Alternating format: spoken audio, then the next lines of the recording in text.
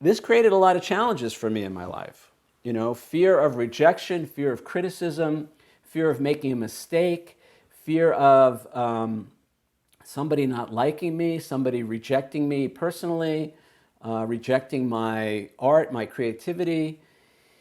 You know, all of that led to a very small life, very painful life, um, just a really unpleasant time. And as I mentioned in the book, you know, in the work situation, my first job out of law school, I was working for a big law firm in Los Angeles, and I was convinced that I just didn't have what it took and I was going to make a mistake and it was going to be horrible. I couldn't even ask for help because I felt like if I didn't know what I was supposed to do without having to ask for help, then I didn't deserve to have that job. And so I hid out. I just started hiding out and I started skipping out of work early and making excuses for, you know, fake doctor appointments, you know, all kinds of things to avoid being in a situation where I might feel ashamed, where I might feel embarrassed, where I might feel rejected, where I might feel that I'm not good enough, where I might feel that I don't have what it takes. So I'm emphasizing this and I'm talking about all this because this is what drives a lot of our behavior, and many of us are not even aware that this is what's driving our behavior.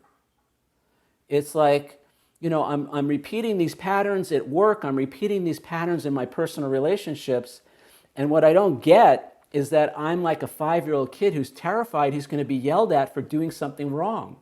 He's going to feel ashamed because he made a mistake. See, all of that stuff gets buried, it gets repressed, it gets pushed down into the subconscious mind. It's called dissociation.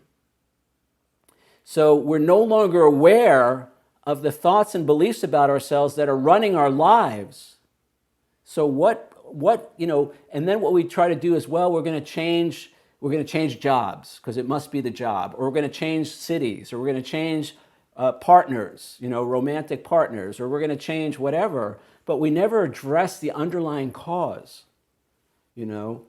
So that's what I'm trying to bring to our awareness now, is to go below the surface and look at what's really driving us.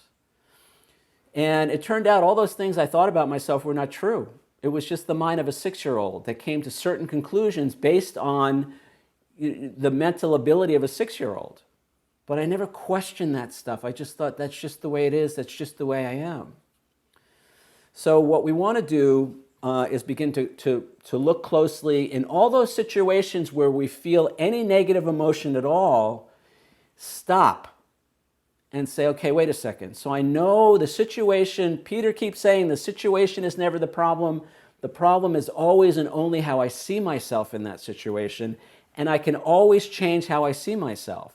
Now, I don't quite believe the second part of that yet, but I'm at least going to go with the first part and say, okay, so how do I see myself in this situation? What are my thoughts and beliefs about me? What do I think is true that I've never questioned? And can I look at that and begin to question that and say, is that really true about me? Is it really true that I'm not good enough? Is it really true that people are not going to like me? Is it really true that I don't have what it takes to be successful or happy or whatever, creative, whatever it might be?